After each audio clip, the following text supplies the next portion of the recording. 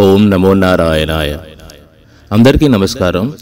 ఈరోజు వీడియోలో శ్రీరామనవమి విశిష్టత వీడియోను చివరి వరకు చూడండి, ఎక్కడ స్కిప్ చేయకుండా. నచ్చితే లైక్, షేర్, కామెంట్ మరియు సబ్స్క్రైబ్ చేయడం మాత్రం మరవకండి. మీరిచ్చే కామెంట్ అండ్ షేర్, లైక్ మాకు చాలా యూస్ఫుల్గా ఉంటుంది. జై శ్రీరామ్. శ్రీరామనవమి హిందువులకు ఒక ముఖ్యమైన పండుగ. శ్రీరాముడు వసంత ఋతువులో చైత్ర శుద్ధ నవమి గురువారం నాడు పునర్వసు నక్షత్రపు కర్కాటక లగ్నంలో సరిగ్గా అభిజిత్ ముహూర్తంలో, అంటే మధ్యాహ్నం 12 గంటల వేళలో త్రేతాయుగంలో జన్మించాడు. ఆ మహనీయుని జన్మదినమును ప్రజలు పండుగగా జరుపుకుంటారు. 14 సంవత్సరములు అరణ్యవాసము, రావణ సంహారము తర్వాత శ్రీరాముడు సీతా సమేతంగా అయోధ్యలో పట్టాభిషిక్తుడైనాడు. ఈ శుభ సంఘటన కూడా చైత్రశుద్ధ నవమి నాడే జరిగిందని ప్రజలు విశ్వసిస్తారు. శ్రీ సీతారాముల కళ్యాణం కూడా ఈ రోజునే జరిగింది. ఈ చైత్రశుద్ధ నవమి నాడు తెలంగాణలో గల భద్రాచలము యందు సీతారామ కళ్యాణ ఉత్సవాన్ని చాలా వైభవోపేతంగా జరుపుకుంటారు. రామాయణంలో అయోధ్యకు రాజైన దశరథుడికి 3 భార్యలు, కౌసల్య, సుమిత్ర, కైకేయి. ఆయనకు ఉన్న బాధంతా సంతానం గురించే. సంతానం లేకపోతే రాజ్యానికి వారసులు ఉండరని, అప్పుడు వశిష్ఠ మహాముని రాజుకు పుత్రకామిష్టి యాగం చేయమని సలహా ఇస్తాడు. ఋష్యశృంగ మహామునికి యజ్ఞాన్ని నిర్వహించే బాధ్యతను అప్పజెప్పమన్నాడు. వెంటనే దశరథుడు ఆయన ఆశ్రమానికి వెళ్ళి ఆయనను తన వెంట అయోధ్యకు తీసుకొని వచ్చాడు. ఆ యజ్ఞానికి తృప్తి చెందిన అగ్నిదేవుడు పాయసంతో నిండిన ఒక పాత్రను దశరథుడికి ఇచ్చి భార్యలకు ఇవ్వమన్నాడు. దశరథుడు అందులో సగభాగం మొదటి భార్య అయిన కౌసల్యకు, రెండవ సగభాగం చిన్న భార్య అయిన కైకేయికి ఇస్తాడు. వారిద్దరూ వారి వారి వాటాల్లో సగం మిగిల్చి రెండో భార్య అయిన సుమిత్రకు ఇచ్చారు. కొద్ది కాలానికి వారు ముగ్గురు గర్భం దాల్చారు. చైత్రమాసం 9వ రోజైన నవమి నాడు మధ్యాహ్నం కౌసల్య రామునికి జన్మనిచ్చింది. అలాగే కైకేయి భరతుడికి, సుమిత్ర లక్ష్మణ శత్రుఘ్నులకు జన్మనిచ్చారు. శ్రీరాముడు ధర్మ సంస్థాపనార్థం అవతరించిన శ్రీ మహావిష్ణువు యొక్క 7వ అవతారం. రావణుణ్ణి అంతమొందించడానికి ఈ భూమిపై అవతరించాడు. ఈ పండుగ సందర్భంగా హిందువులు సాధారణంగా తమ ఇళ్లలో చిన్న సీతారాముల విగ్రహాలకు కళ్యాణోత్సవం జరుపుతారు.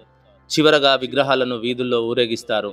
చైత్ర నవరాత్రి లేదా వసంతోత్సవంతో 9 రోజుల పాటు సాగే ఈ ఉత్సవాలను ముగిస్తారు. ఇటీవల జరిగిన జ్యోతిష శాస్త్ర పరిశోధనల ఆధారంగా శ్రీరాముడు క్రీస్తుపూర్వం శాలివాహన శకం 5114 జనవరి 10వ తారీఖున జన్మించి ఉండవచ్చునని భావిస్తున్నారు. ఉత్సవంలోని విశేషాలు. ఆలయ పండితులచే నిర్వహించబడే సీతారాముల కళ్యాణం. ఈ ఉత్సవానికి భక్తులు చాలా పెద్ద సంఖ్యలో తరలివస్తారు.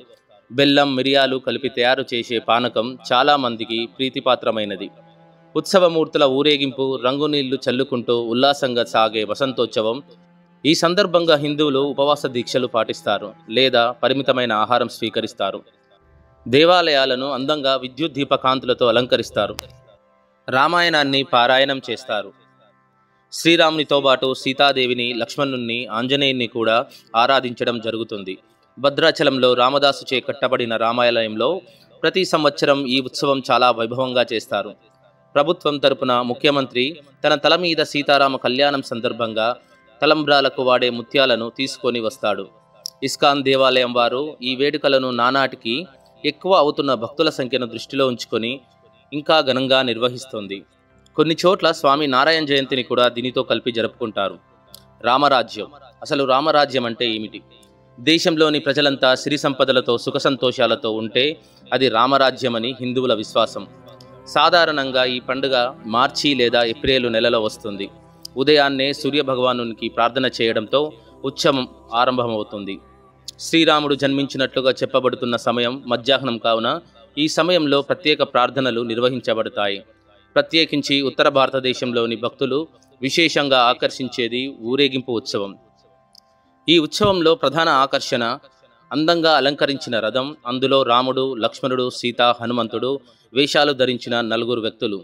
ఈ రథంతో పాటుగా పురాతన వేషధారణతో రాముని సైనికుల్లా కొద్దిమంది అనుసరిస్తారు. ఊరేగింపులో పాల్గొనేవారు చేసే రామరాజ్యాన్ని గురించిన పొగడ్తలు, నినాదాలతో యాత్ర సాగిపోతుంది. శ్రీరామనవమి వేసవికాలం ప్రారంభంలో వస్తుంది. వేసవిలో సూర్యుడు ఉత్తరార్ధ గోళానికి చేరువగా వస్తాడు. సూర్యుడు రాముడు జన్మించిన సూర్యవంశానికి ఆరాధ్యుడిగా చెబుతారు. ఈ వంశానికి చెందిన ప్రముఖ రాజులు దిలీపుడు మరియు రఘు. వీరిలో రఘు ఖచ్చితంగా మాట మీద నిలబడేవాడిగా ప్రసిద్ధిగాంచాడు. శ్రీరాముడు కూడా ఆయన అడుగుజాడల్లోనే నడిచి తండ్రి తన పినతల్లి కైకకు ఇచ్చిన మాట కోసం 14 ఏళ్లు వనవాసం చేశాడు. దీనివల్లే రాముణ్ణి రఘురాముడు, రఘునాథుడు, రఘుపతి, రాఘవేంద్రుడు అనే మొదలైన పేర్లతో పిలువబడుతుంటాడు. రా అక్షరం యొక్క ప్రాముఖ్యత చారిత్రకంగా చూస్తే రామాయణం కథ ప్రాచుర్యం పొందటానికి పూర్వమే రామనవమి అనే రోజుకు ఒక ప్రాముఖ్యత ఉండేదని భావిస్తున్నారు. ముఖ్యంగా రామనవమిలో సూర్యుని ఆరాధనకు చాలా ప్రాముఖ్యత ఉంది. రవి అంటే సూర్యుడు. ప్రాచీన ఈజిప్టు నాగరికతలో సూర్యుని అమోన్ రా లేదా రా అనేవారు. లాటిన్ భాషలో కూడా రా ప్రత్యయం వెలుగును సూచిస్తుంది. కడప దగ్గర ఉన్న ఒంటిమిట్ట ఆలయం కూడా చాలా ప్రాచీనమైనది. రామ అనగా రమించుట అని అర్థం. ఒకసారి పార్వతీదేవి పరమశివుణ్ణి కేనోపాయేనలగున విష్ణునామ సహస్రకం అని విష్ణు సహస్రనామ స్తోత్రమునకు కాస్త సూక్ష్మమైన మార్గం చెప్పమని కోరుతుంది. దానికి పరమేశ్వరుడు, ఓ పార్వతి, నేను నిరంతరము ఆ ఫలితము కొరకు జపించేది ఇదే సుమా అని మంత్రోపదేశం చేస్తాడు. శ్లోకం: శ్రీరామ రామ రామేతి రమే రామే మనోరమే సహస్రనామ తత్తుల్యం రామనామవరాననే. ఈ శ్లోకం 3 సార్లు స్మరించినట్లయితే ఒక విష్ణు సహస్రనామ పారాయణం చేసిన ఫలితం దక్కుతుంది. మరియు భక్తులకు శివ సహస్రనామం చేసిన ఫలితం కూడా లభిస్తుంది. దుష్ట శిక్షణ శిష్ట రక్షణార్థమై చైత్రశుద్ధ నవమి నాడు 5 గ్రహాలు ఉచ్చస్థితిలో ఉన్న కాలమందు పునర్వసు నక్షత్రంతో కూడిన కర్కాటక లగ్నంలో పగటి సమయాన సాక్షాత్తు ఆ శ్రీహరియే కౌసల్యాపుత్రుడై ఈ భూమిపైన జన్మించిన పర్వదినాన్ని మనం శ్రీరామ నవమిగా విశేషంగా జరుపుకుంటాం.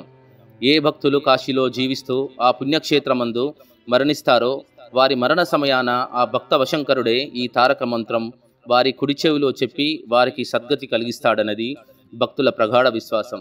ఇక భక్త రామదాసు అయితే సరే శ్రీరామనామ గాన మధుపానాన్ని భక్తితో సేవించి శ్రీరామ నీ నామమేమి రుచిరా, ఎంతో రుచిరా, మరి ఎంతో రుచిరా అని కీర్తించాడు.